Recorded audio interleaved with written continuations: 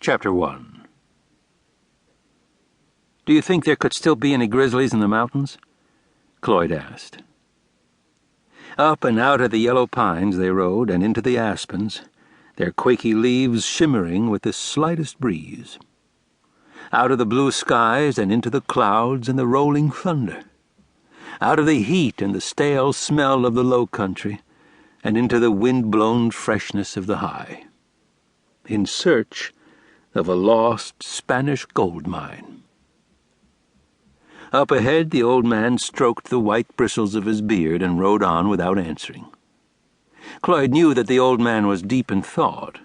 Walter wouldn't give a quick answer to his question about the grizzlies. Walter knew how important it was. It was the middle of August, and they were following the Pine River Trail into the mountains. Walter Landis led on the sorrel mare, trailing his 4 pack horses. Cloyd followed on the blue roan, trailing 4 more. Around a bend, the old man had reined in the mare and was waiting for him to draw up alongside. "Dunno about your grizzlies," he said. "That one you saw Rusty kill, it really could have been the last grizzly in Colorado." It wasn't the reply Cloyd had been hoping to hear. He'd kept his dream to himself, that there were others. There had to be. It was too hard knowing that if he had never talked about seeing the bear, Walter's old friend would never have tracked it and killed it. It wasn't something Cloyd could get over. He had boasted to the best hunter, trapper, and tracker in the mountains that he had seen a bear, a huge brown bear.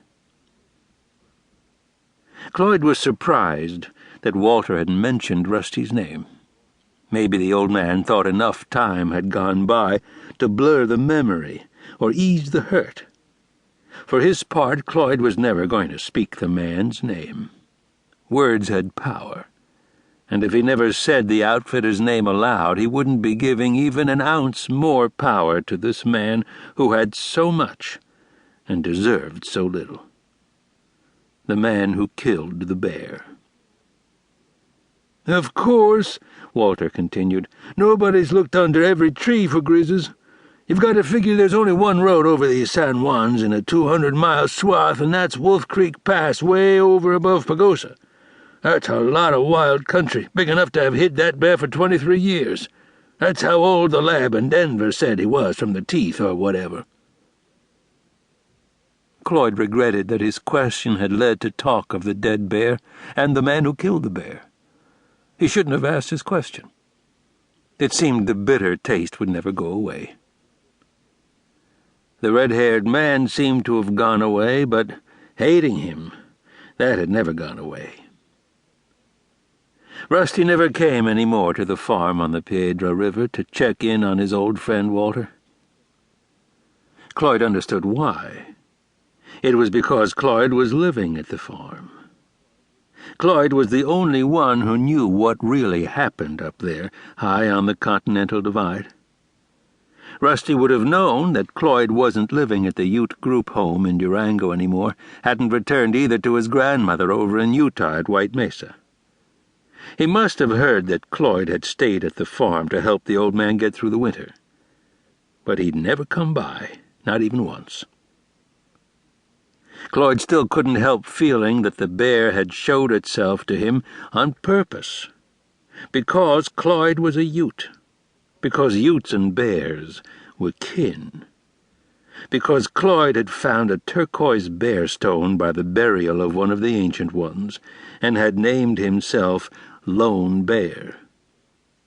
There wasn't a day that had gone by that the grizzly hadn't come to mind. Almost always as Cloyd had first seen him, standing at the edge of the meadow in the Rincon La Osa, with the dark spruce timber behind, and big as a haystack. The bear was standing on 2 legs, flat on his feet the way people stand, 4 paws at his sides with those enormous claws. The brown bear was just watching him, squinting for a better look, his head swaying slightly back.